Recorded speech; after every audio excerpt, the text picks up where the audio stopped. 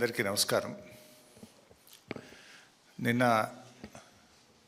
రాష్ట్ర ముఖ్యమంత్రి గారు మాట్లాడిన మాటలు వింటే ఆయనలో ఒక సైకో కనిపిస్తూ ఉన్నాడు. ఒక ముఖ్యమంత్రిలాగా ఆయన మాటలు లేవు.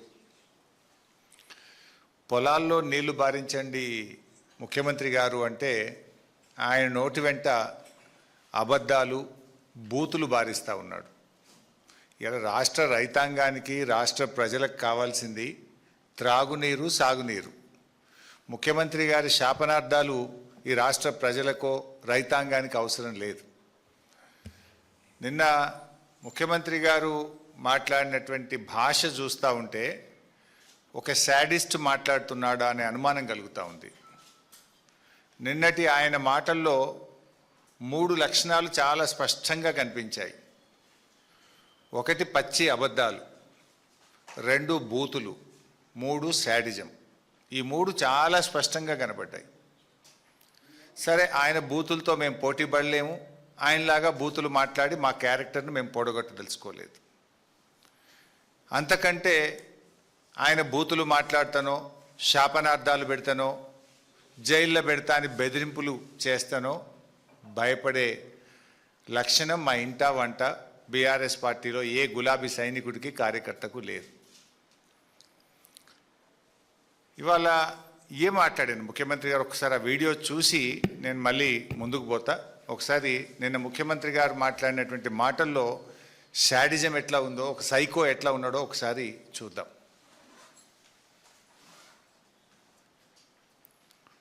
దాంట్లో దిగమను, దూకమను, రాయి కట్టుకొని దూకమను, శని పోతుంది. ఎందుకంటే ఇట్లాంటి పాపాలు చేసి ఇంకా చేటలు ఎక్కువైనాయి. వీళ్ళిద్దరికి బెల్ట్ ట్రీట్మెంట్ ఇస్తే కానీ దారిలో పడరు. వాళ్ళిద్దరికి బెల్ట్ ట్రీట్మెంట్ అవసరం ఉన్నది. ఏమున్నది, వీళ్ళని కోసి రక్తం జల్లితే పంటల మీద అదే పండుతుంది. ఎందుకంటే వీళ్ళ బలుపు, కొవ్వు.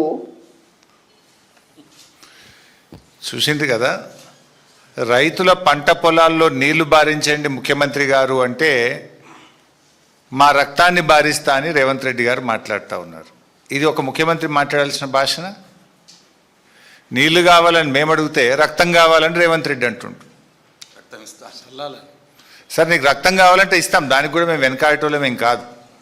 కానీ మాకు నువ్వు నీళ్ళు ఇవ్వడానికి, ఒకవేళ మా రక్తమే నీకు నీళ్ళు ఇవ్వడానికి అడ్డమైతే ఆ రక్తం ఇవ్వడానికి కూడా మేము సిద్ధంగా ఉన్నాం. ఇప్పుడు రాజకీయాల్లో విమర్శలు సహజం.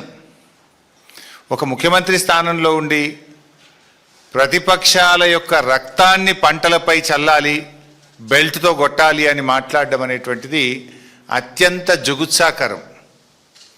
ఆయన రక్త పిపాసి మనస్తత్వానికి ఇది నిదర్శనం. నిన్న ఎక్కడ మాట్లాడిండు ఆయన? బోధి పెవిలియన్లో మాట్లాడిండు. పేరేమో బోధి పెవిలియన్. మాటలన్నీ హింసను ప్రేరేపించి, హింసను తలపించేటువంటి మాటలు నిన్న ముఖ్యమంత్రి గారు మాట్లాడినారు. ఆ మధ్య చెప్పినాడు ఆయన హిట్లర్ తనకు ఆదర్శం అంటే. రేవంత్ రెడ్డి అందుకే హిట్లర్ తరహాలో ఒక హంతక భాష మాట్లాడుతూ ఉన్నాడు.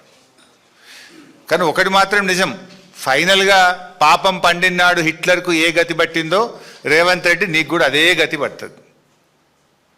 ఇదంతా ఆయన ప్రయత్నం ఏంది? భాష దేనికి మాట్లాడుతున్నాడు? ఎవడు మాట్లాడతాడు? ఫ్రస్ట్రేషన్లో ఉన్నటువంటి వాడు, విషయం లేనటువంటి వాడు, సమాధానం చెప్పలేనటువంటి వాడు.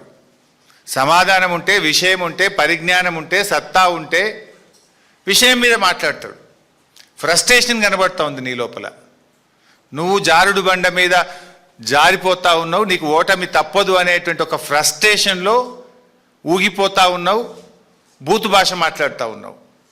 నిజంగా నీకు విషయం ఉంటే విషయంతో ఒప్పిస్తావు, మెప్పిస్తావు.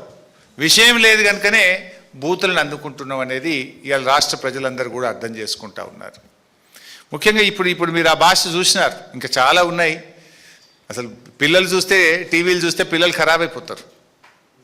ఈ భాష చూసిన తర్వాత, ఆయన నిన్న మాట్లాడినటువంటి మాటలు విన్న తర్వాత, షాబాద్లో 3 పసిపిల్లల్ని, 3 పెద్దవాళ్లను, 6గురిని గొంతు కోసి కిరాతకంగా హత్య చేసినటువంటి ఆ రాజ్ కుమార్కు ఈ రేవంత్ రెడ్డికి మధ్య నాకు పెద్ద తేడా కనబడతలేదు.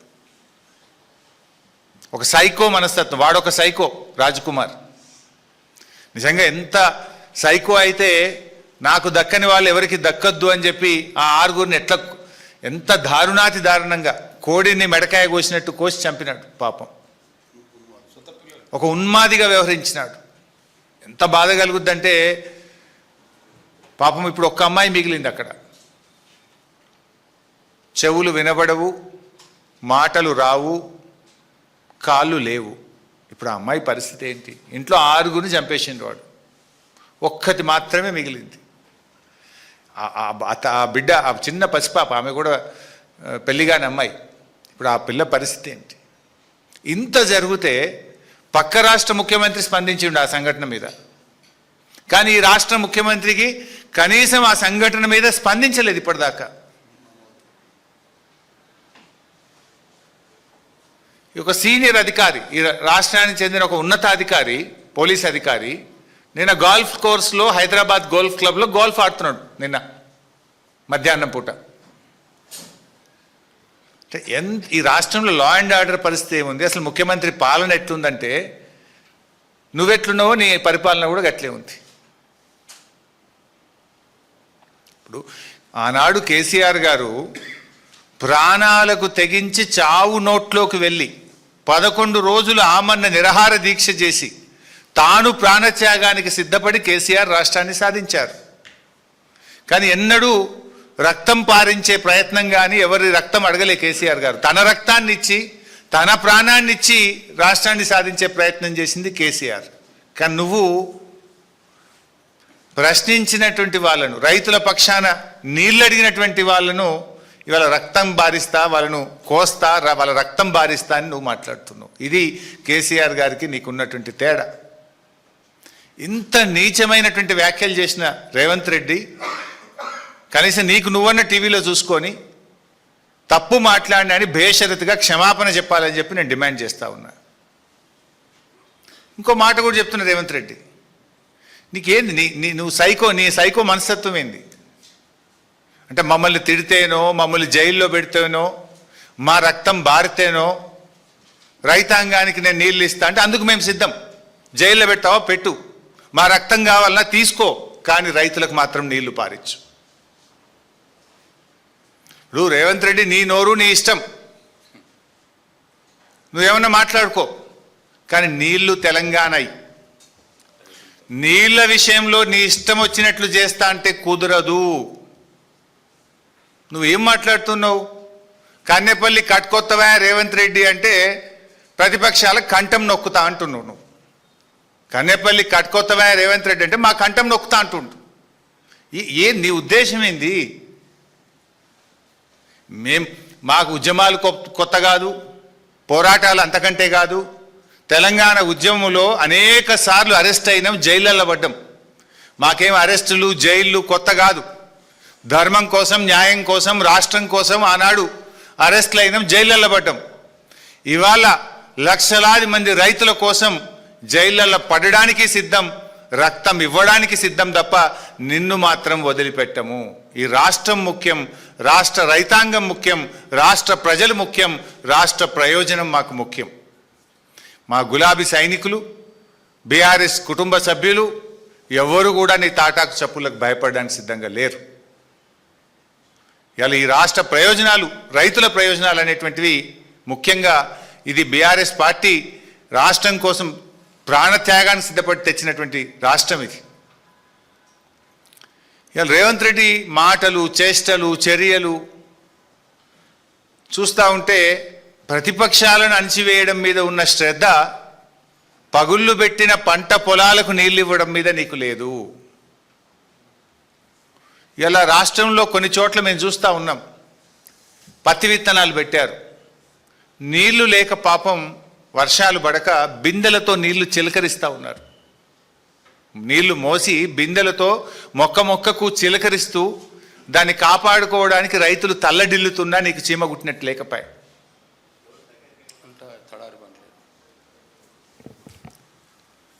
ఇవాళ తెలంగాణ రైతుల ప్రయోజనాలు కాపాడడానికి, వాస్తవాలు చెప్పడానికి నేను ఈరోజు మళ్ళీ మాట్లాడుతూ ఉన్నాను. నిన్న ముఖ్యమంత్రి గారు పచ్చి అబద్ధాలు మాట్లాడిండు. లాస్ట్ టైం కూడా నేను ఆయన అబద్ధాలు ఎట్లా మాట్లాడిండో ఒక్కటొక్కటిగా స్క్రీన్ మీద పెట్టి చూపించాను. నిన్న మళ్ళీ అవే పచ్చి అబద్ధాలు మాట్లాడిండు. నంబర్ 1, మేడిగడ్డ మీద తప్పుడు ప్రచారం. మొన్న ఏమన్నాడు మీరే చూసిండ్రు. అరే నల్లల నీళ్లుంటే కదా, నల్ల తిప్పితే కదా బిందెల నీళ్లు పట్టుకుంటాం, చెంబుల నీళ్లు పట్టుకుంటాం. రాష్ట్రంలో ఎలినినో వచ్చింది, కరువు వచ్చింది, వాననే పడతలేవు, నీళ్ళే లేవు, యాడికెళ్ళి ఎత్తాలన్నాయా అని మాట్లాడిండు మొన్న. మేము ప్రెస్ మీట్ పెట్టి లైవ్లో చూపించిన, ఇక చూడు భయ్ నిన్న 1,20,000 పోయినాయి, ఇప్పుడు ఈ నిమిషానికి 88,000 పోతున్నాయని నేను మొన్న మీకు మీడియా సమావేశంలో లైవ్ టెలికాస్ట్లో పెట్టి చూపించిన.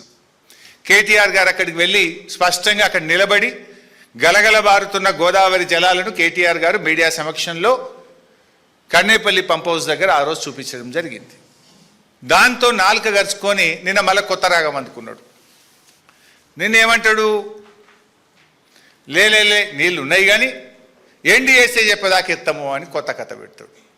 ఇంకో మాట ఏమంటాడు ముఖ్యమంత్రి గారు అంటే, నిన్న మీరు చూసింటారు,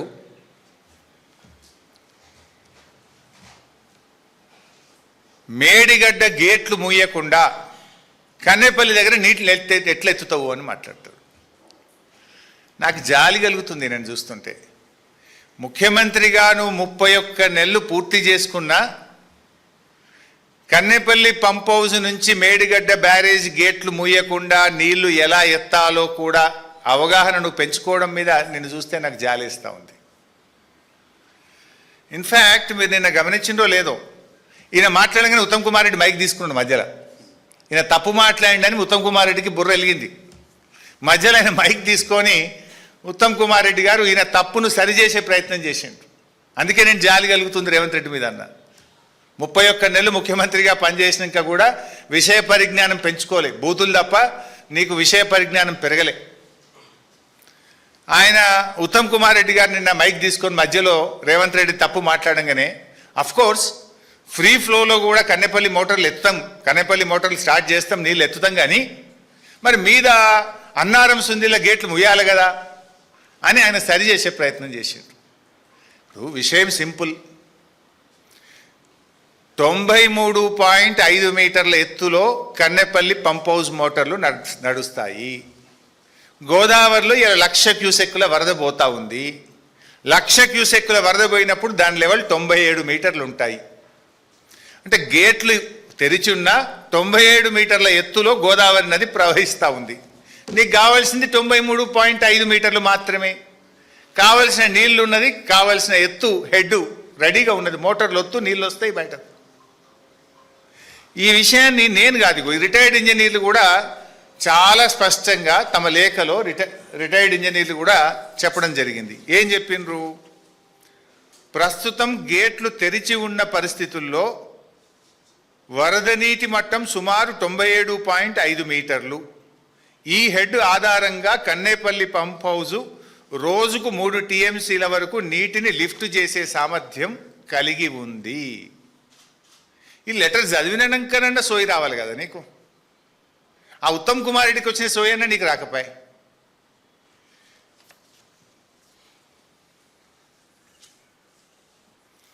నంబర్ 2, ఒక ప్రముఖ దినపత్రికలో మొన్న ఒక వార్త వచ్చింది. Pump water from Kaleshwaram lift irrigation. ఇందులో చాలా స్పష్టంగా a senior official well versed in the issues relating to Medigadda, Annaram and Sundilla barrages said instead of waiting for full repairs, the government could adopt a simple temporary solution. All it requires is construction of a copper dam in upstream. They can store and regulate flows and water can easily be pumped from Medigadda to Annaram to Sundilla to Ellampalli. As envisaged in KLIS system, the official said, since Kaleshwaram barrages are a politically loaded issue, it is doubtful if the government would even consider such an idea. In a year like this, any water that can be used is pure gold, pure gold. The best part of the solution is the copper dam. ఇట్లా చాలా విషయాలు చెప్పినాడు. అంటే ఈ కరువు పరిస్థితుల్లో El Niño సంవత్సరంలో చుక్క చుక్క నీళ్లు కూడా బంగారం కంటే విలువైనటువంటిది. నీళ్లు ఎత్తడానికి అవకాశం ఉంది అని ఒక ఉన్నత అధికారి స్పష్టంగా చెప్పారు అని ఒక ప్రముఖ దినపత్రిక రాసింది. ఓకే, రిటైర్డ్ ఇంజనీర్లు నీళ్లు ఎత్తవచ్చని స్పష్టంగా రాసినారు. నేను మొన్న కూడా చెప్పిన మీకు, తెలంగాణ నీటిపారుదల శాఖ రాష్ట్ర ప్రభుత్వానికి కూడా నీళ్ళు ఎత్తొచ్చు అని అఫీషియల్గా లేఖ రాసింది. ఆ లేఖను బయట పెట్టండి. రిటైర్డ్ ఇంజనీర్లు చెప్పిండ్రు, ప్రస్తుత ఇంజనీర్లు, తెలంగాణ నీటిపారుదల శాఖ ఇంజనీర్లు కూడా మనము చిన్న కాపర్ డ్యామ్ కట్టుకొని 8.5 కోట్ల రూపాయల ఖర్చుతో నీళ్లు ఎల్లంపల్లికి తీసుకువెళ్ళొచ్చు అని తెలంగాణ నీటిపారుదల శాఖ కూడా రాష్ట్ర ప్రభుత్వానికి లేఖ రాసింది. ఆ లేఖ బయట పెట్టండి అని చెప్పి నేను అడుగుతా ఉన్నాను. అంటే రిటైర్డ్ ఇంజనీర్లు మాట్లాడితే వాళ్ళ మీద గరుస్తావు, ప్రస్తుత ఇంజనీర్లు మాట్లాడితే ఏసీబీ దాడులు చేస్తావు, ప్రతిపక్షాలు మాట్లాడితే మిమ్మల్ని కోసి రక్తం బారిస్తా అంటావు. ఇదా ఒక ముఖ్యమంత్రి మాట్లాడాల్సిన భాష? ప్రజలను ఎట్లా కాపాడుకోవాలి, రైతులను ఎట్లా కాపాడుకోవాలి, రాష్ట్రాన్ని ఎట్లా కాపాడుకోవాలనే తపన ఒక ముఖ్యమంత్రికి ఉండాలి. ప్రశ్నించిన ప్రతిపక్షాలనేమో మిమ్మల్ని కోస్తా రక్తం బారిస్తా అంటావు, రిటైర్డ్ ఇంజనీర్లనేమో జైల్లో పెడతా అంటావు, ప్రస్తుతం ఉన్న ఇంజనీర్లు ఎవరైనా ప్రశ్నిస్తే బదిలీ చేస్తావు, ఏసీబీ దాడులు చేస్తావు. ముఖ్యమంత్రి గారు, is it the way of running the state? Will it help the state?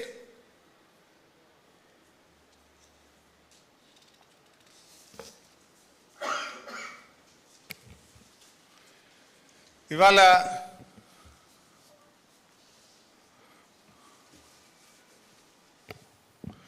Retired ఇంజనీర్ల రిపోర్ట్ మీద కూడా మళ్ళీ అదే అబద్ధం మాట్లాడండి. మేడిగడ్డ దగ్గర కట్టొద్దు అన్నారు, మళ్ళీ నిన్న మాట్లాడు. మొన్న నేను మీకు డాక్యుమెంట్స్ అన్నీ చూపించాను.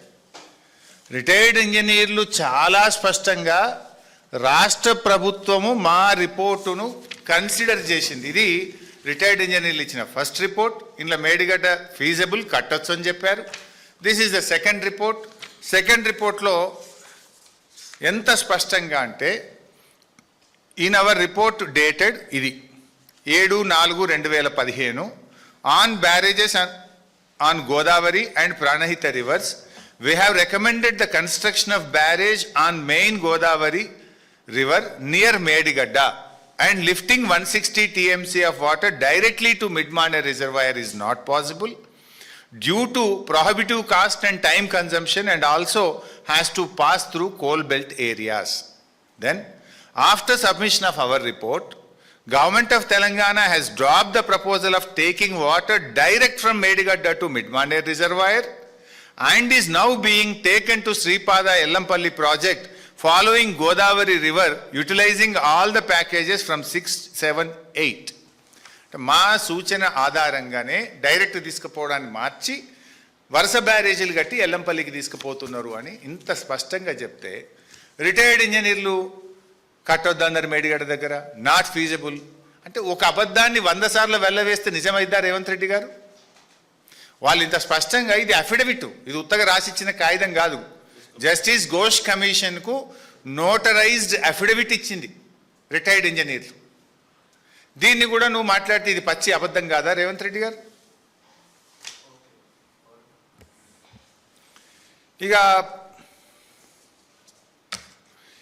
వాళ్ళు పాపం ఉన్న విషయం బయట పెడితే జైల్లో పెడతా, మిమ్మల్ని లోపలేస్తా అంటే నీకేం ప్రాబ్లం అవుతుంది?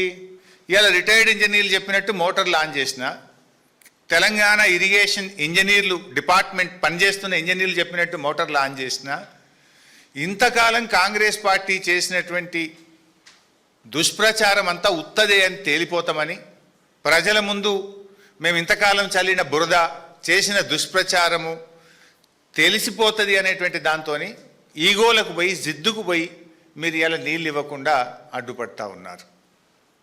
ఇది ఒక విషయం. ఇంకో మాట మాట్లాడిన మీరు చూసి ఉంటారు, మా జీవన్ రెడ్డి సార్కి కూడా తెలుసు, వారు కూడా అప్పుడు ఉన్నారు. ఎల్లంపల్లి ప్రాజెక్ట్ కట్టి 20 ఏళ్ళు అయిందట. జర చూపిస్తావు ఒకసారి. 20 ఏళ్ళ కింద కాంగ్రెస్ పార్టీ ఎల్లంపల్లి కట్టిందట. పంప్ హౌస్ పనిచేయాలంటే కూడా ఈ పార్వతి పంప్ హౌస్ పనిచేసి ఇక్కడ శ్రీపాద ఎల్లంపల్లికి పోయారు. శ్రీపాద ఎల్లంపల్లి నుంచి ఇంకా మీకు తెలుసు మొత్తం నీళ్ళు ఎట్లా పోవాలి, ఎందుకంటే 20 ఏళ్ళ నుంచి శ్రీపాద ఎల్లంపల్లి పని చేస్తూనే ఉంది. హైదరాబాద్కి తాగనీక నీళ్ళు శ్రీపాద ఎల్లంపల్లి నుంచే తెచ్చుకున్నాం. 20 ఏళ్ళ నుంచి ఎల్లంపల్లి పనిచేస్తూనే ఉందట. నువ్వు ముఖ్యమంత్రి కనుక, నువ్వు ఆ కుర్చీలో కూర్చున్నావు కనుక నువ్వేం మాట్లాడినా చెల్తుందా? అంటే ప్రజలు అంత అమాయకులు అనుకుంటున్నావా? నువ్వు అబద్ధాలు మాట్లాడితేగా నువ్వు ఏం చెప్తా, ముఖ్యమంత్రి చెప్పిండు కదా ఇది కరెక్టే అనుకుంటారు ప్రజలు అని నువ్వు భావిస్తున్నావా?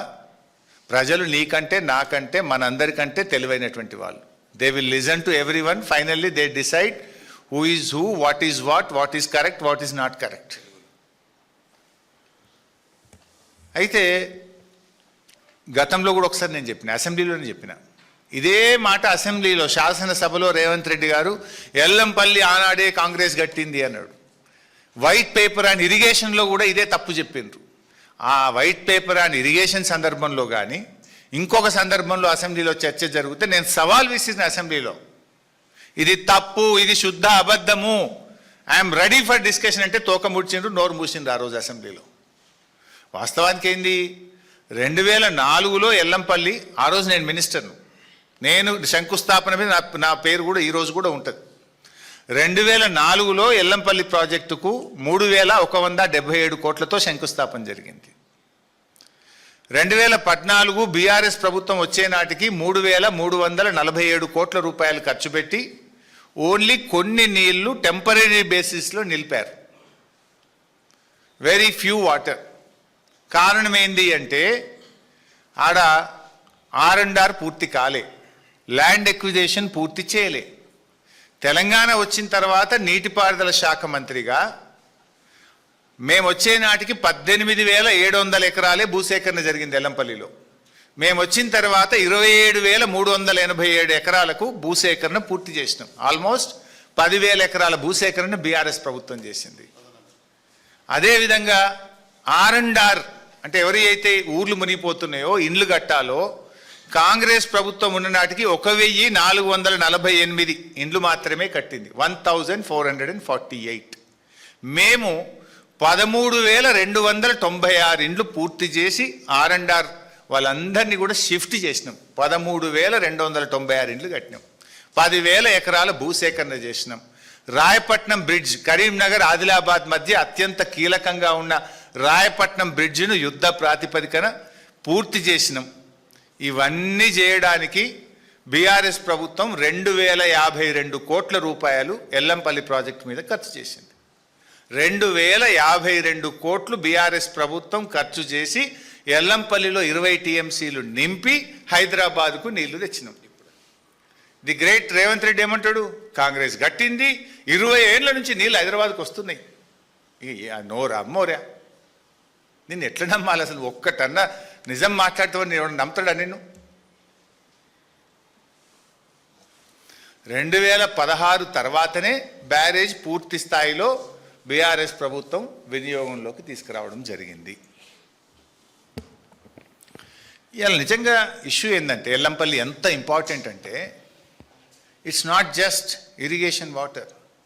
ఎల్లంపల్లి మీద ఎన్టీపీసీ ఆధారపడ్డది, ఎల్లంపల్లి మీద సింగరేణి థర్మల్ పవర్ స్టేషన్ ఆధారపడ్డది, ఎల్లంపల్లి మీద హైదరాబాద్ మంచినీళ్ళు ఆధారపడ్డాయి, ఎల్లంపల్లి మీద రామగుండం మున్సిపాలిటీతో పాటు ఆ పరిసర ప్రాంతాలు మంచిర్యాల, అటు మంచిర్యాల జిల్లా, ఇటు రామగుండం పెద్దపల్లి జిల్లా డ్రింకింగ్ వాటర్ దాని మీద ఆధారపడ్డది.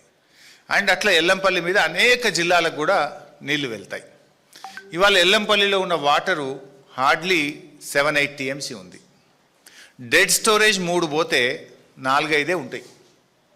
ఈ 4-5 టీఎంసీలతో ఏం చేస్తావు? రేపు కరువు వస్తే, ఎలినినో వచ్చింది, రేపు కరువు వస్తుంది అని అంటున్నారు.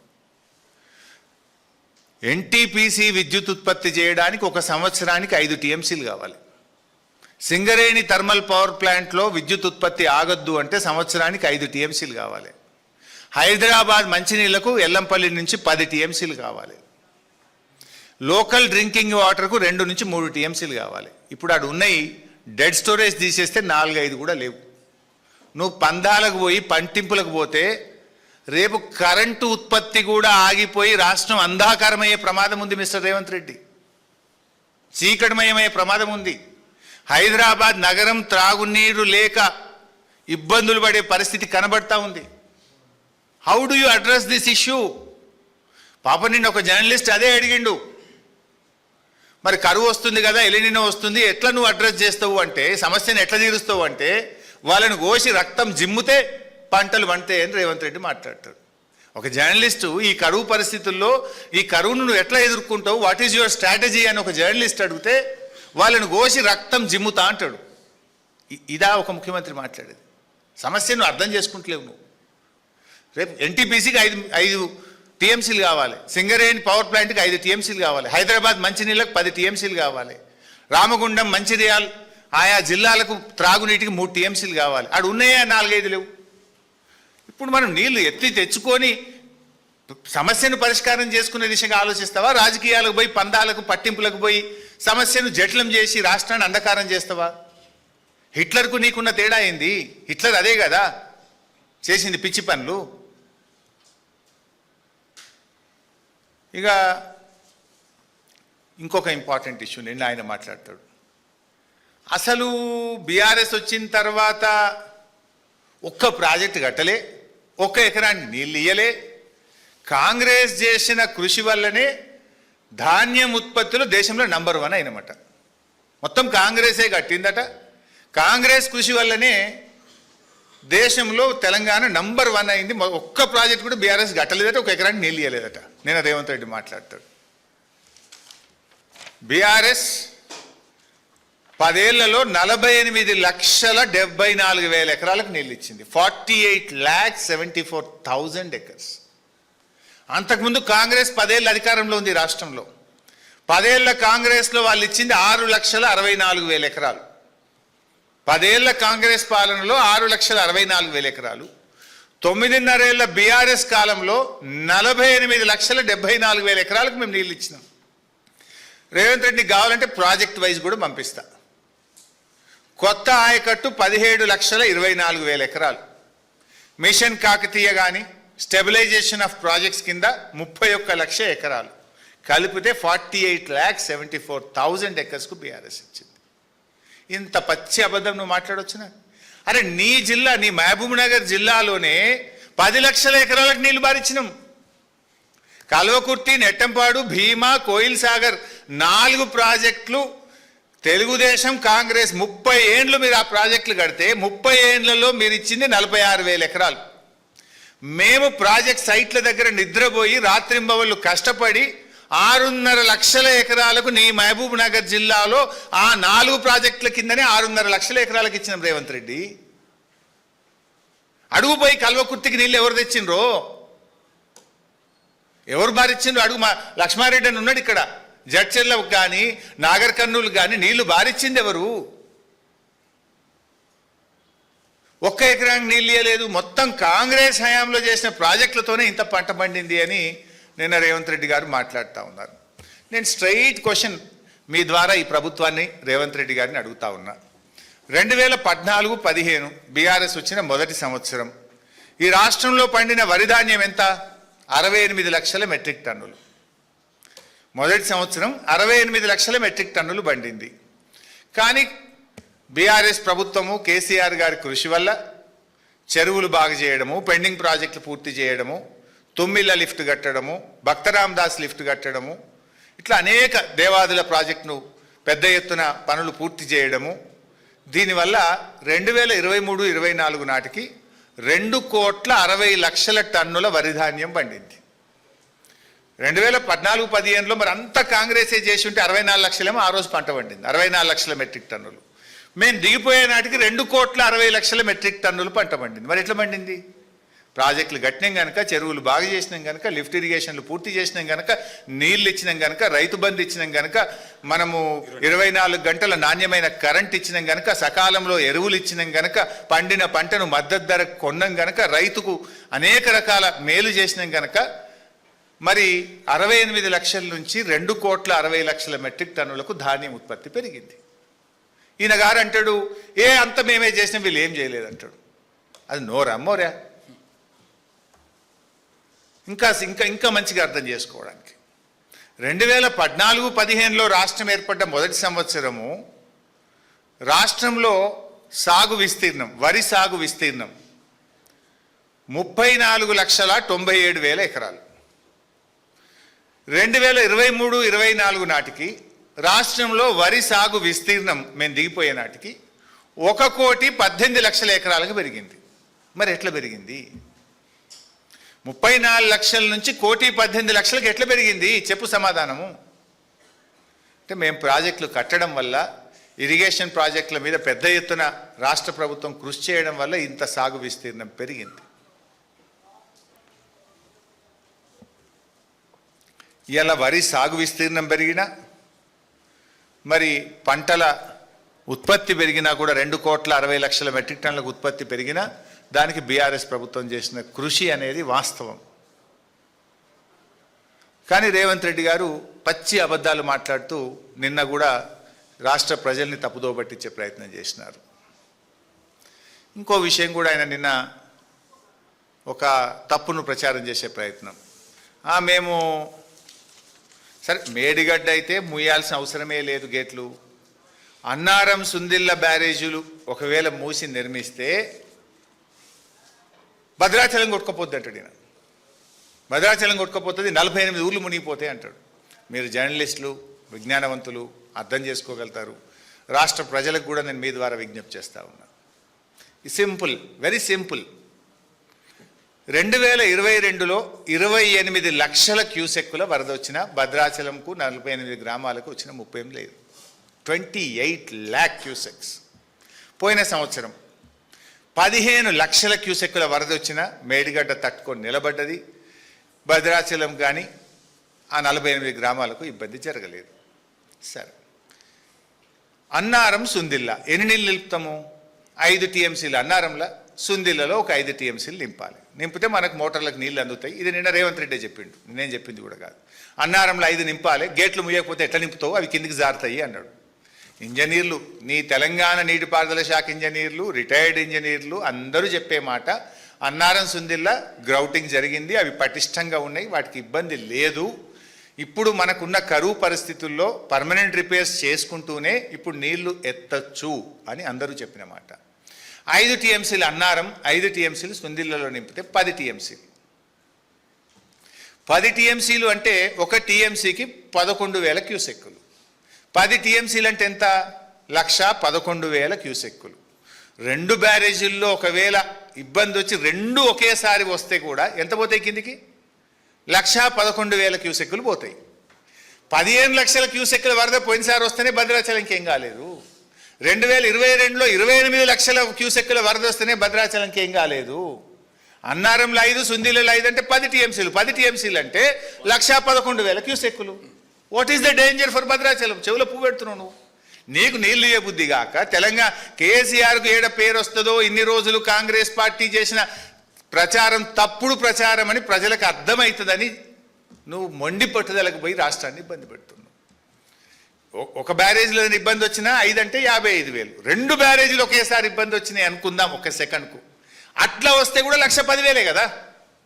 కరువు కంటే, ప్రజల కంటే, కరెంటు కంటే ముఖ్యమైనది ఏంటి? రేపు ఎన్టీపీసీకి సింగరేణి కరెంటుకు నీళ్లు ఉండని పరిస్థితి అవుతుంది, మంచినీళ్ళకి ఇబ్బంది వస్తుంది. నీ మొండితనం ఇందులో వై కూడా రాసిన రిటైర్డ్ ఇంజనీర్లు, they have return in this letter. ఈ స్థాయిలో బ్యారేజీలు అన్నారం సుందిల్ల జలాశయాలు వారి కనిష్ట డ్రాడౌన్ MDDL స్థాయిలో నీరు నిల్వ చేయాలి. అన్నారం వద్ద 116, సుందిల్ల దగ్గర 126. ఈ స్థాయిలో బ్యారేజీలు సురక్షిత పరిధిలో ఉంటాయి. 3 పంపింగ్ స్టేషన్లు ఒకేసారి సమన్వయంతో పనిచేయగలుగుతాయి. అన్నారంలో 5 టీఎంసీలు, సుందిల్లలో 3.78, మొత్తం 8.8 టీఎంసీల వరకు నిల్వ సామర్థ్యం ఉంటుంది. 8.8, నేను ఇంకా 10 చెప్పినా నేను. 8.8 అంటే 90,000 cusecs. Where is the danger for Bhadrachalam? నీకు ఇష్టం లేక భద్రాచలం కొట్టుకుపోతుంది అని పోయి ఒక తప్పుడు ప్రచారం, అబద్ధాలు రేవంత్ రెడ్డి గారు చెప్తుండడానికి ఇంతకంటే సాక్ష్యం ఏం కావాలి? ఇంతకంటే సాక్ష్యం ఏం కావాలి?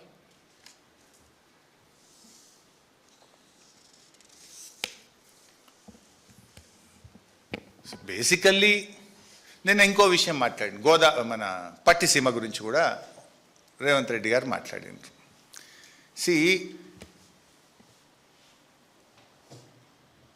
గోదావరి నదిలో బచావత్ ట్రిబ్యునల్ ప్రకారం 968 టీఎంసీలు తెలంగాణకు, 518 టీఎంసీలు ఆంధ్రప్రదేశ్కు పంపిణీ జరిగింది.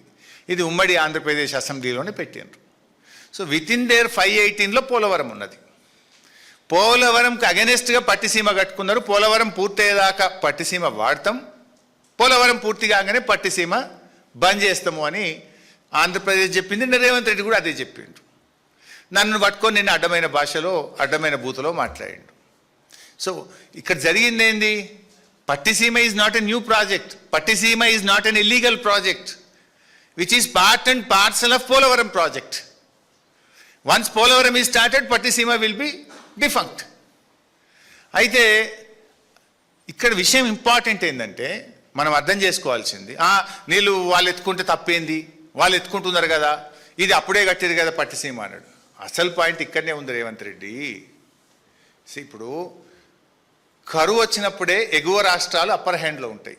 ఇప్పుడు కృష్ణా నది ఉన్నది, తక్కువ వరద వచ్చినప్పుడు ఏం చేస్తుండ్రు వాళ్ళు, అటు తుంగభద్రలో నీళ్ళు ఆపుతుండ్రు, అటు ఆల్మట్ల నీళ్ళు ఆపితే మన జూరాల దగ్గర మంచినీళ్ళు లేక తల్లడిల్లిపోయి 1 టీఎంసీ ఇయ్యండి, 2 టీఎంసీలు ఇయ్యండి, మాకు మంచినీళ్ళకి లేవు అని అడుక్కుంటాం మనం. అట్లనే గోదావరి నది మీద కూడా ఏమవుతుంది కరువు వచ్చినప్పుడు, పైన మహారాష్ట్ర గైక్వాడ్ ప్రాజెక్టులో నీళ్ళు ఆపుకుంటుంది, కిందికి మనకు నీళ్ళు రాక మనం చాలా తల్లడిల్లిపోతుంటాం. ఇప్పుడు పైన తెలంగాణ ఉన్నది, ఇప్పుడు నీళ్ళు తక్కువ వస్తున్నాయి. జనరల్గా గోదావరి ఈ టైంలో 10 లక్షల క్యూసెక్ల ఫ్లడ్ ఉండాలి, ఇప్పుడు ఎంత ఉన్నది, ఇవాళ 50,000 60,000. చుక్క చుక్క కూడా ముఖ్యం ఈ టైంలో. ఇది ఎలినినో సంవత్సరం, కరువు సంవత్సరం. ఇప్పుడు 50,000-60,000 వస్తే నువ్వేం చేయాలి? పైన ఉన్నోళ్ళు రప్ప ఎత్తాలి కదా. నువ్వు ఈడ పైన కన్నెపల్లిలు ఎత్తాలి, ఆడ దేవాదుల గుంజాలి, ఆడ సీతారామాల గుంజితే 3 జాలు గుంజితే కిందికి సుక్క పోదు పట్టిసీమకు. నువ్వు ఫస్ట్ నీ ప్రయోజనాలు నీకు ముఖ్యం, not at the cost of Telangana కదా. నువ్వు రప్ప గుంజితే ఈడ 33,000 క్యూసెక్కులు గుంజచ్చు కన్నెపల్లి, దేవాదుల కాడ 2,500 క్యూసెక్కులు గుంజచ్చు, సీతారామ కాడ 11,000 గుంజవచ్చు. మొత్తం 3 గుంజి పారేస్తే కింద ఆడేడు నడుస్తాయి పట్టిసీమ పంపులు. నువ్వు గుంజతలేవు కనుకనే నీ గురువు గారికి గురుదక్షిణ చెల్లిస్తున్నావు కనుక నీళ్ళు కిందికి జారినాయి, వాడు పట్టిసీమ నడుపుకుంటుండు అని నేను అన్నా. Yes, I stand by that. నువ్వు నిజంగా కన్నెపల్లి నడిపి ఉంటే, దేవాదుల పూర్తి స్థాయిలో నడిపి ఉంటే, నువ్వు సీతారామ పూర్తి స్థాయిలో ఎత్తి ఉంటే కిందికి పట్టిసీమ మోటార్లు ఏడికెళ్ళి నడుస్తాయి. వీటిని వండబెట్టి నువ్వు కింద బారిస్తున్నావు. ఇవాళ ఈ నిమిషానికి నువ్వు డ్రామాలు ఆడుతున్నావు, ఎన్డీఎస్ఏ అని ఏదో కథలు పడుతున్నావు, కన్నెపల్లి మోటార్లు వత్తు అంటే. దేవాదులలో ఎన్డీఎస్ఏ అడ్డం వచ్చిందా నీకు? దేవాదులలో 10 మోటార్లు ఉన్నాయి. దేవాదులలో నువ్వు 2,500 క్యూసెక్కులు ఎత్తచ్చు. నేను మొన్న తిట్టినాక, మేము గట్టిగా అడిగినాక 800 వెళ్ళి ఇప్పుడు ఏదో నిన్న 1,200 1,300 తీసుకుంటున్నావు. మరి ఏం చేస్తున్నావు? నిద్రపోతున్నావా? గాడిదల పండ్లు దొమ్ముతున్నావా? పందులు కాస్తున్నావా? నువ్వు నీకే మాట్లాడొస్తుందా? మాకు మాట్లాడరాదా? దేవాదులలో 10 మోటార్లకు 4 ఎందుకు నడుస్తున్నాయి, 6 ఎందుకు బంద్ పెట్టినావు? 2,500 క్యూసెక్కులు దేవాదుల్లో ఎత్తగలిగే అవకాశం ఉంటే ఎందుకు 1,000-1,200 ఎత్తుతున్నావు? వరంగల్ జిల్లాను ఎందుకు ఎండబెడుతున్నావు? ధర్మసాగర్లో కానీ, జనగామ కాన్స్టెన్సీలో కానీ, నర్సంపేట కానీ, పాలకుర్తి కానీ, పరకాల కానీ 75% చెరువులు ఎండిపోయి ఉన్నాయి. మరి ఎందుకు నీళ్ళు ఎత్తుతలేవు? చెరువులు ఎందుకు నింపుతలేవు? వానకాలం పంటకు నీళ్ళు ఎందుకు ఇస్తలేవు? గాడిదే పండ్లు గిట్ట దొమ్ముతున్నావు రేవంత్ రెడ్డి. నోరు నీకే ఉందా? మాకు లేదా? Can't we speak? కానీ మాకు సంస్కారం ఉండదు. ఇంతకంటే గట్టిగా తిట్టగలుగుతా, నోరు ఉంది నాకు కూడా, బట్ సంస్కారం ఉంది మాకు. ఎత్తు దేవాదుల నీళ్ళు, ముందస్తు నీ ప్రణాళిక ఏది? దానికి గోదావరి నీళ్ళు రాగానే ఎత్తుకుందామని 3 నెలల ముందే ఒరాయిలింగ్ చేసుకోవాలి, సిస్టమ్ రెడీ చేసుకోవాలి, విద్యుత్ రెడీ చేసుకోవాలి. 10 మోటార్లు ఎత్తాలి కదా, ఎందుకు ఎత్తలేవు? ఇవాళ కూడా సగం కూడా ఎందుకు ఎత్తలేవు? ఆడ ఏ ఎన్డీఎస్సీ అడ్డం వచ్చింది? ఎవడు అడ్డం వచ్చింది? ఇక్కడ మేము గిట్ట అడ్డం వచ్చినామా? ఎందుకు ఎత్తలేవు నీళ్ళు దేవాదుల కాడ? నేనెందుకో నోరిప్పలేను. పోతాం రేపో మాపో దేవాదుల కాడికి పోయి ఆడ ఎన్ని మోటార్లు నడుస్తున్నాయి, ఎన్ని మోటార్లు నడుస్తలేవో ఆ నది సాక్షిగా, నీ పంప్ హౌస్ సాక్షిగా మీ తప్పిదాన్ని ప్రజల దృష్టిలో పెడతాం.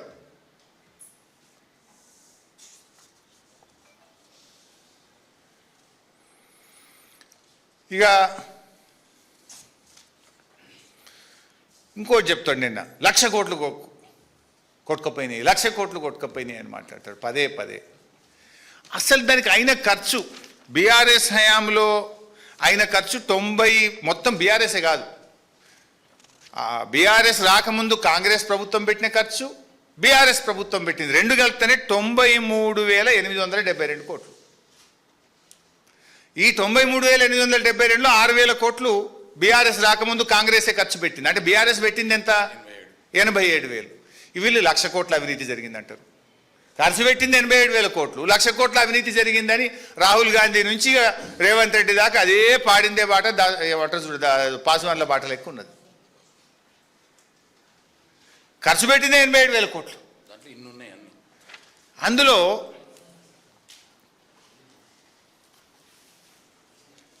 అసలు ఇన్ఫ్యాక్ట్ వాళ్ళ మామ ఆయన పేరేదో ఉంటుంది సూదిని పద్మారెడ్డి గారే చెప్పిండు, అరే 1,00,000 కోట్ల అవినీతి జరగాలి, ఖర్చు పెట్టింది 87,000, 1,00,000 కోట్లు ఆడికెళ్ళి అవుతుందని నీకు పిల్లనిచ్చిన మామని పద్మారెడ్డే చెప్పిండు. ఆ వీడియో కావాలంటే పంపుతా చూసుకోసారి. నీ మామ చెప్పినాక కూడా నీకు బుద్ధి వస్తలేదా? అరే రేవంత్ రెడ్డి తప్పు మాట్లాడుతుండు, నా అల్లుడు తప్పు మాట్లాడుతుండు, నా అల్లుడికి మెదడు దొబ్బింది, ఖర్చు అయిందే 87,000, 1,00,000 కోట్లు అని తప్పు మాట్లాడుతుండ నీ మామనే ముట్టుకేలేసింది కదా నీకు.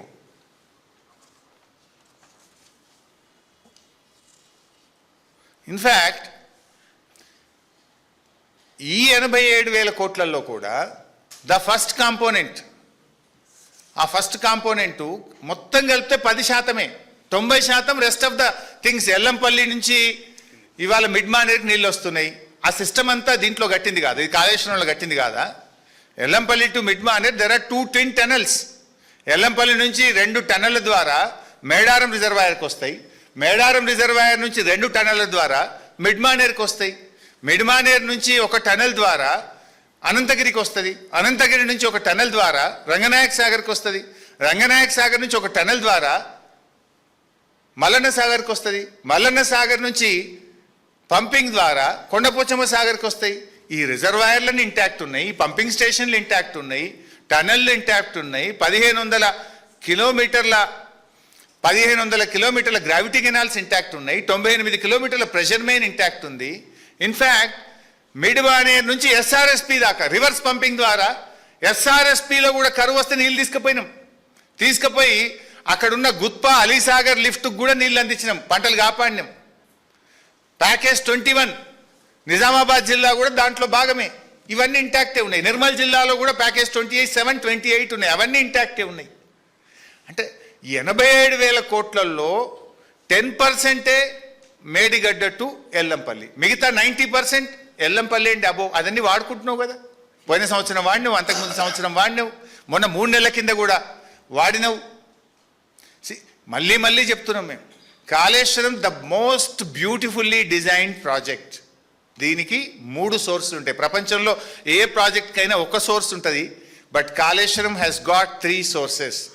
మంచిగా కాలం అయితే ఫుల్ వర్షాలు పడితే మిడ్ మానేర్ నుంచి మాత్రమే మోటార్లు నడుపుతాం, సో దట్ 50% మోటార్లే నడుస్తాయి, 50% కరెంట్ బిల్ వస్తుంది.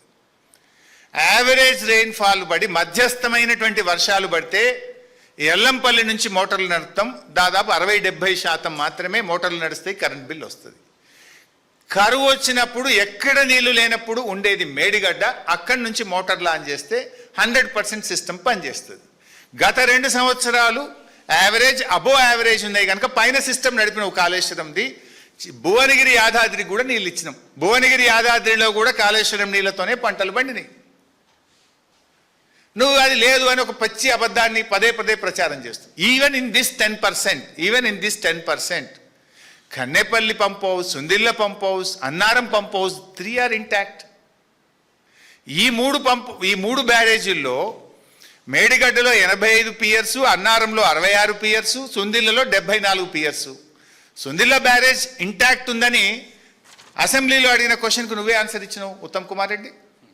అసెంబ్లీలో కోదండరామ్ గారు క్వశ్చన్ అడిగింది, whether it is fact that experts opinion that Sundilla and Annaram barrage may collapse as Medigadda barrage. No sir, Medigadda లెక్క అన్నారం సుందిల్ల కూలిపోతాయా, ఏమైనా ఇబ్బంది ఉందా అంటే ఏం ఇబ్బంది లేదు అని అసెంబ్లీలో ఉత్తమ్ కుమార్ రెడ్డి గారు ఈ రాష్ట్ర ప్రభుత్వం ఇచ్చిన సమాధానం.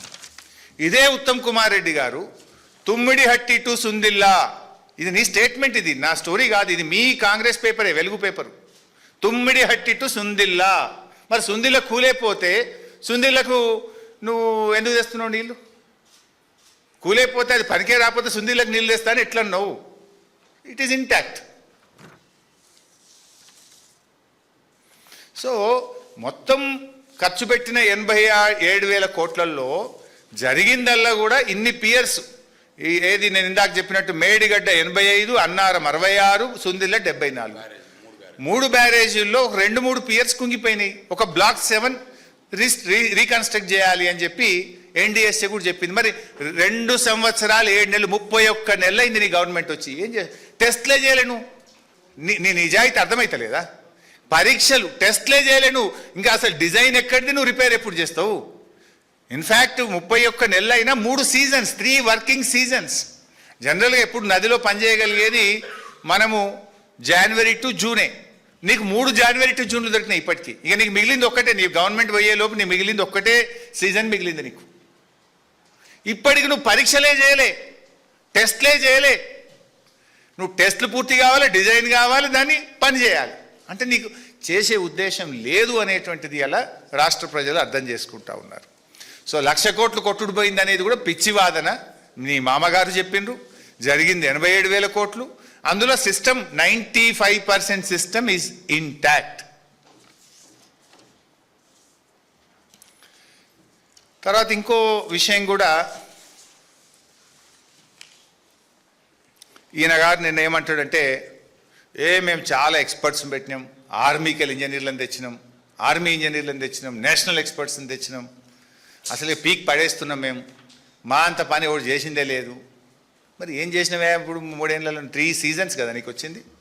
కనీసం 1,00,000 ఎకరాలకు నిలిచినావు, 1,00,000 ఎకరాలు, 1,00,000 ఎకరాలకు నీళ్ళు ఇచ్చినావా అని అడుగుతున్నా. అరే మేము 40 లక్షల ఎకరాలకు ఇచ్చినాం. Where is your contribution? నువ్వు ఆర్మీ ఇంజనీర్లు వచ్చి ఇంత పీక్ పడగొడితే ఇది ఎస్ఎల్బిసి కుప్పగూలిపోయి 8 శవాలు ఇంకా లోపలనే ఉన్నాయి. నువ్వు ఇంత పీక్ పడగొట్టింది ఏంటంటే ఎస్ఎల్బిసి కుప్పగూలింది, 8 శవాలు బయటకు కూడా తీయాలి ఇప్పటికి ఏడాదైనా. నువ్వు ఇంత వీక్ పడగొట్టే మేము కట్టినటువంటి వట్టెం పంప్ హౌస్ పాలమూరు ప్రాజెక్టులో నీళ్ళలో మునిగిపోయింది. నువ్వు ఇంత వీక్ పడగొడితే సుంకిశాల ప్రాజెక్టు కూలిపోయింది, ఇప్పటి వరకు మరమ్మతు కూడా కాలేదు. నువ్వు ఇంత వీక్ పడగొడితే ఖమ్మంలో పెద్దవాగు ప్రాజెక్టు కొట్టుకపోయింది, ఇప్పటికి నువ్వు తట్టెడు మట్టెత్తలేదు, పెద్దవాగు ప్రాజెక్టు ఇదివరకు రిపేర్ కూడా చేయలేదు. మరి నీ ఆర్మీ ఇంజనీర్లు, నీ మేధావితనము, నువ్వు చేసిన గొప్పతనం ఏంది? పెద్దవాగు కొట్టుకపోతుంది, సుంకిశాల కూలిపోతుంది, ఎస్ఎల్బిసి కుప్పగూలుతుంది, వట్టెం మునిగిపోతుంది. ఇదేనా నువ్వు వడగొట్టింది? అరే మేము 40 లక్షల ఎకరాలకు నీళ్ళు ఇస్తే కనీసం 1,00,000 ఎకరాలకు కూడా నువ్వు నీళ్ళు ఇవ్వలేవు 3 సీజన్లల్లో. నీకు మిగిలింది ఒకటే సీజన్, ఒకటే working season. What is that you have done? ఈ ఎన్డిఎస్ఏ, నేను ఆయన గారు ఎన్డిఎస్ఏ మీద కూడా చాలా మాట్లాడే ప్రయత్నం చేశాను. నేను అంటున్నా, సరే ఈయన ఎన్డిఎస్ఏ 2022 వచ్చింది, 2021 డిసెంబర్ 31 అంటే అది 2022 అన్నట్టు అని కూడా మాట్లాడి నిన్న. ఓకే, 2022 నుంచి ఎన్డిఎస్ఏ వచ్చింది. నేను ఒక క్వశ్చన్ వేస్తే దాన్ని నేను ఆయన ప్రస్తావించాను. ఆ ఎన్డిఎస్ఏ వేరే ప్రాజెక్టులకు ఎందుకు పోతలేదు? ఈ కాంగ్రెస్ బీజేపీలు కుమ్మక్కై అసెంబ్లీ ఎన్నికల ముందు ప్రిలిమినరీ రిపోర్టు, పార్లమెంట్ ఎన్నికల ముందు మధ్యంతర నివేదిక, మా పార్టీ సిల్వర్ జూబ్లీ చేసుకుంటే తుది నివేదిక, రాజకీయంగా ఎట్లా చేస్తుందో అని మేము చెప్పినాం. ఆయన గారు అట్లేం లేదు, ఎన్డిఎస్ఏ చాలా గొప్పది, అసలు ఎన్డిఎస్ఏ ఇది అది అని మాట్లాడి. ఇక్కడ ఒక పాయింట్ చెప్పాల్సింది ఏంటంటే, అసలు ఎన్డిఎస్ఏ ఏర్పడ్డప్పుడు ఉత్తమ్ కుమార్ రెడ్డి ఎంపీగా ఆ స్టాండింగ్ కమిటీలో ఈయన మెంబర్ ఉత్తమ్ కుమార్ రెడ్డి గారు. ఇదే ఉత్తమ్ కుమార్ రెడ్డి గారు ఎన్డిఎస్ఏ అనేటువంటిది రాష్ట్రాల హక్కులు కాలరాయడమే, అసలు ఎన్డిఎస్ఏ ఏర్పాటు చేయడం తప్పిదనము, ఇది రాష్ట్ర హక్కుల్లో చొరబడమే, దిస్ ఈజ్ ఆన్ రికార్డ్. వ్రాతపూర్వకంగా ఇచ్చిండు ఉత్తమ్ కుమార్ రెడ్డి. ఎన్డిఎస్ఏ ఏర్పాటునే తీవ్రంగా వ్యతిరేకించిండు ఉత్తమ్ కుమార్ రెడ్డి. ఇప్పుడు ఆయన గారికి ఎన్డిఎస్ఏ బైబిల్ అట, ఖురాన్ అట, భగవద్గీతనట. ఇన్ఫ్యాక్ట్ దిస్ ఎన్డిఎస్ఏ, సరే నువ్వు అన్న కూడా 2022లోనే వచ్చింది. 2022లో మన మేడిగడ్డ మీద రిపోర్ట్ ఇచ్చిన ఎన్డిఎస్ఏ చైర్మన్ చంద్రశేఖర్ అయ్యర్, అతుల్ జైన్, వీళ్ళిద్దరూ పోలవరం ప్రాజెక్టులో పనిచేశారు. వీళ్ళిద్దరూ పోలవరం ప్రాజెక్టులో పనిచేసినప్పుడు పోలవరం కొట్టుకపోయింది, 7,000 కోట్ల రూపాయల నష్టం జరిగింది. డేట్లు కూడా చెప్తా. 2022లో ఎన్డిఎస్ఏ వచ్చిన తర్వాత డౌన్ స్ట్రీమ్ కాపర్ డ్యామ్ కొట్టుకుపోయింది, డయాఫ్రేమ్ వాల్ కొట్టుకుపోయింది, functional failure of upstream coffer dam కొట్టుకుపోయింది, scouring of dump hill bund at spillway and approach channel restoration 1000 కోట్ల రూపాయల నష్టం జరిగింది, slope failure of spilling channel, failure of spoil banks, ఇది 500 కోట్ల నష్టం జరిగింది, dewatering charges for failure of both coffer dams 500 కోట్ల నష్టం జరిగింది, damage of failures of guide bund on spillway 350 కోట్ల నష్టం జరిగింది, మొన్న latest 15 August 2025 failure of upstream copper dam ఇన్నిసార్లు కొట్టుకుపోయింది. వీడికి ఎన్డీఎస్ఏ ఎందుకు పోదు? తెలంగాణలో మేడిగడ్డకు నష్టం జరిగితే 3 రోజులకు వచ్చింది ఎన్డీఎస్ఏ. ఇది 3 ఏళ్ళైనా పోతలేదు. 2022లో మీరు ఏర్పడ్డారు, ఇవాళ 2026, 4 ఏళ్ళైంది. 4 ఏళ్ళైనా ఎందుకు ఎన్డీఎస్ఏ పోతలేదు వీడికి? మరి గమ్మత్ ఏంటంటే కట్టింది మీరే, ఎన్డీఎస్ఏను హెడ్ చేస్తున్నది మీరే. ఈ పోలవరం కట్టినటువంటి చంద్రశేఖర్ అయ్యర్ ఎప్పటి నుంచి ఎప్పటిదాకా పనిచేసిండు అంటే పోలవరంకు 2019 నుంచి 2022 డిసెంబర్, అంటే ఆల్మోస్ట్ 2023, 2019 నుంచి 2023 దాకా పోలవరంను కట్టించింది చంద్రశేఖర్ అయ్యర్. ఈయననే ఎన్డీఎస్ఏ ఒక రిపోర్ట్ ఇచ్చింది. ఇంకొక ఆయన అతుల్ జైన్, ఈయన కూడా పోలవరం ప్రాజెక్టులో 2024 జూన్ దాకా పనిచేసిండు. ఈయన ఫైనల్ రిపోర్ట్ ఇచ్చిండు. నేను అడుగుతున్నా, మరి మీ రిపోర్ట్లు మీరే ఇచ్చుకోవాలి కదా. మరి పోలవరం కట్టింది మీరే, కూల్చింది మీరే, మీ హయాంలోనే కూలింది. మరి ఈడికి కూడా ఎన్డీఎస్ఏ రిపోర్ట్ ఇవ్వాలి కదా. అంటే రాజకీయం చేస్తున్నారు మీరు. ఇది ఇక్కడనేమో మీరు 7,000 కోట్ల నష్టం జరిగితే సైలెంట్గా మరమ్మతులు చేసుకుంటున్నారు, ఫటాఫట్ పని చేసుకుంటున్నారు, పోలవరాన్ని ముందుకు తీసుకుపోతున్నారు. కానీ కాళేశ్వరం నేని పండబెడుతున్నారు. మేడిగడ్డ మరమ్మతు చేయకుండా మీరు కాంగ్రెస్ బీజేపీలు కుమ్మక్కై ఇవాళ పగా ప్రతీకారం తీసుకొని తెలంగాణ రైతు ప్రయోజనాలను, రాష్ట్ర ప్రయోజనాలను దెబ్బతీసే ప్రయత్నం చేస్తున్నారు. ఎస్, మళ్ళీ మా ప్రశాంత్ మళ్ళీ గుర్తు చేస్తున్నారు. 2022 జనవరి నుంచి ఎన్డీఎస్ఏ ఏర్పడ్డది కదా. 2022 జనవరి తర్వాత ఎన్డీఎస్ఏ ఏర్పడ్డ తర్వాత 6 సార్లు కూలింది పోలవరం. 6 సార్లు డ్యామ్ ఫెయిల్యూర్స్ అయినాయి. 6 సార్లు అయినా ఎన్డీఎస్ఏ పోలే. ఇప్పటికి 4 ఏళ్ళైనా ఎన్డీఎస్ఏ మర్రి చూస్తలేదు. ఇదే గోదావరి నది, అది ఇంకెక్కడో కాదు, మేడిగడ్డ కిందనే ఉంటుంది. ఇదే గోదావరి నది మీద కట్టిన పోలవరంకు మాత్రం పోదు. ఇది అఫీషియల్ రికార్డ్, ఇన్ఫర్మేషన్ యాక్ట్లో తెప్పించింది, నథింగ్ సీక్రెట్. 7,000 కోట్ల నష్టం తీసుకుపోయినేమో జైలు లేరట. ఆ 7,000 కోట్ల నష్టం నష్టం చేసినోడు వచ్చి ఎన్డీఎస్ఏ రిపోర్ట్ ఇస్తాడు మేడిగడ్డ మీద 3 పిల్లర్లకు.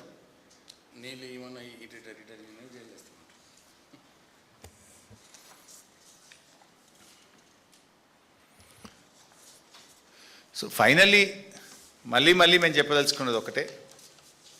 రేవంత్ రెడ్డి గారు, ఇవాళ రాష్ట్రంలో కరువు ఛాయలు కమ్ముకుంటా ఉన్నాయి. రాష్ట్రంలో రైతులకు, పరిశ్రమలకు, త్రాగునీటికి తీవ్రమైన ఇబ్బంది రాబోతుందని భారతదేశ ప్రభుత్వము, ప్రపంచవ్యాప్తంగా ఉండే శాస్త్రవేత్తలు ఈరోజు మనల్ని హెచ్చరిస్తూ ఉన్నారు. సో నువ్వు దయచేసి బేసిజాలు పక్కన పెట్టు. వేసిన విత్తనాలు మట్టిలోనే మాడిపోతున్నాయి. రైతుల కళ్ళల్లో కన్నీళ్లు తిరుగుతూ ఉన్నాయి. పందాలకు పట్టింపులకు పోయి రైతుల పంటలు ఎండబెట్టకండి. దయచేసి మోటార్లు ఆన్ చేయండి, రైతులను కాపాడండి. కావాలంటే క్రెడిట్ మొత్తం మీరే తీసుకోండి, మాకేం క్రెడిట్ అవసరం లేదు. మాకు రైతులు సంతోషంగా ఉంటే చాలు. ఈ కరువు బారి నుంచి మన థర్మల్ విద్యుత్ కేంద్రాలు నడవాలి, ప్రజలకు త్రాగునీరు అందాలి, రైతుల పంట పొలాలు కాపాడాలి. ఇదే మా తపన, మా తాపత్రయం. మా మీద కక్షతోని గోదావరి నీళ్లను విడిచిపెట్టకండి, ఒడిసి పట్టండి. మీ ఈగోలు పక్కన పెట్టండి, ప్రతి చుక్కను ఒడిసి పట్టండి. రాష్ట్ర ప్రజలను కాపాడండి. లేదంటే మాత్రం రాష్ట్రంలో ఏర్పడేటువంటి కరువు వల్ల జరిగే పరిణామాలు, ఎండిన ప్రతి పంటకు, రాలిన ప్రతి రైతు కన్నీటి చుక్కకు, ఆగిన ప్రతి గుండెకు, ప్రజల కష్టాలకు రేపు తెలంగాణ సమాజం మిమ్మల్ని దోషిగా నిలబెడుతుంది. జాగ్రత్త, ఖబర్దార్. Thank you.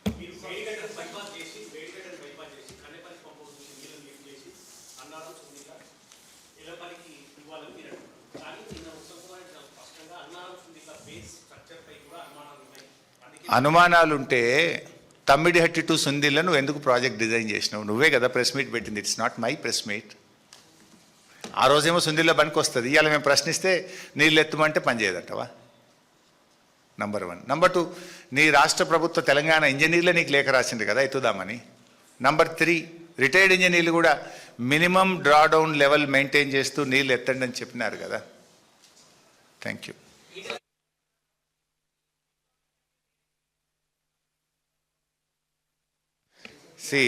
ఈటల రాజేందర్ గారిని నేను కలవక మాట్లాడక చాలా సంవత్సరాలు నెలలు అవుతూ ఉన్నాయి.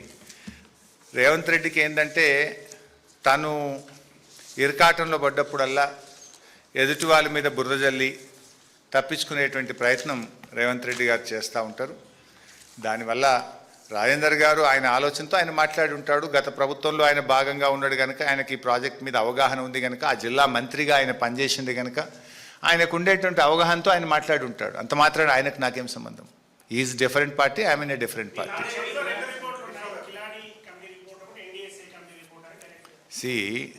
ఇవాళ కొత్తగా కిలాడి కమిటీ రిపోర్ట్ అన్నావు. మొన్నటిదాకా వాళ్ళని నిపుణుల కమిటీ, వాళ్ళు గొప్ప వాళ్ళని 2.5 సంవత్సరాలు నువ్వే అసెంబ్లీలో మాట్లాడినావు, బయట మాట్లాడినావు. వాళ్ళ రిపోర్ట్ నేను బయట పెడితే దాని పేరు మార్చినావు. నిన్నటిదాకా వాళ్ళు గొప్పోళ్ళు, నేను ఇప్పుడు వాళ్ళ రిపోర్ట్ అంతా బయట పెడితే వాళ్ళు నీకు చెడ్డ పేరు పెడుతున్నావు, నువ్వు వాళ్ళని జైల్లో పెడతా అని మాట్లాడుతున్నావు.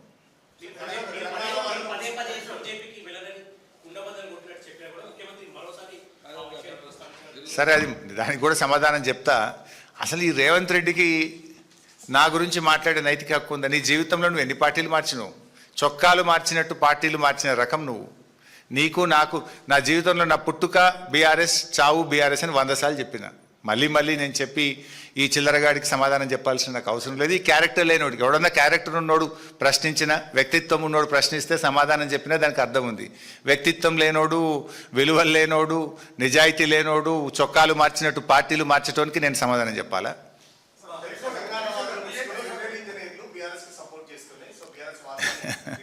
నిన్నటిదాకా అదే రిటైర్డ్ ఇంజనీర్ల రిపోర్ట్ పట్టుకొని అసెంబ్లీలో గొప్పగా మాట్లాడినావు కదా.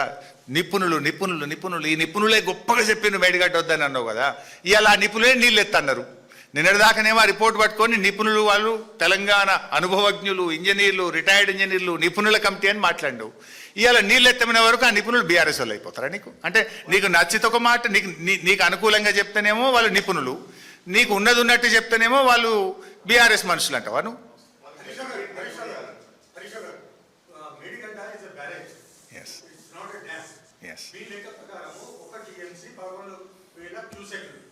సో ఇప్పుడు అన్నారం సుందిలో స్టోర్ చేసిన 5 TMC స్టోర్ చేసిన మీ లెక్క ప్రకారం 1,11,000 క్యూసెక్స్. అయితే ఈ 1,11,000 క్యూసెక్స్ తో మనము 50 lakh acres, మనకు ఉన్నది 45-50 ఫ్లడ్ డేస్ ఇన్ ఇయర్. మనము ఇది లిఫ్ట్ చేసినా కానీ కన్యాకుమారి నుంచి 50 lakh acres కి ఇవ్వగలుగుతామా? వైసాబ్ ఎంత రాని. ఫస్ట్ ఆఫ్ ఆల్ నీకు కరెంటుకు సింగరేణి థర్మల్కు ఎన్టీపీసీ థర్మల్ పవర్ ప్లాంట్కు నీళ్ళు లేవు, కరెంట్ ఆగిపోతుంది. హైదరాబాద్ మంచినీళ్ళు ఆగిపోతాయి, రామగుండం మంచిర్యాల జిల్లాలకు మంచినీళ్ళు పోతాయి. ముందు వీటిని కాపాడుకుంటూ ఎంత ఎత్తగలిగితే ఈ కరువు పరిస్థితుల్లో అంత ఎత్తు ఉన్నదాన్ని కాపాడు. అసలు బేసికల్ నువ్వు వదిలిపెట్టే కదా వాడిని పట్టిసీమ నడుస్తుంది. ఇప్పుడు what ever you can lift, you lift and protect the interest of the state.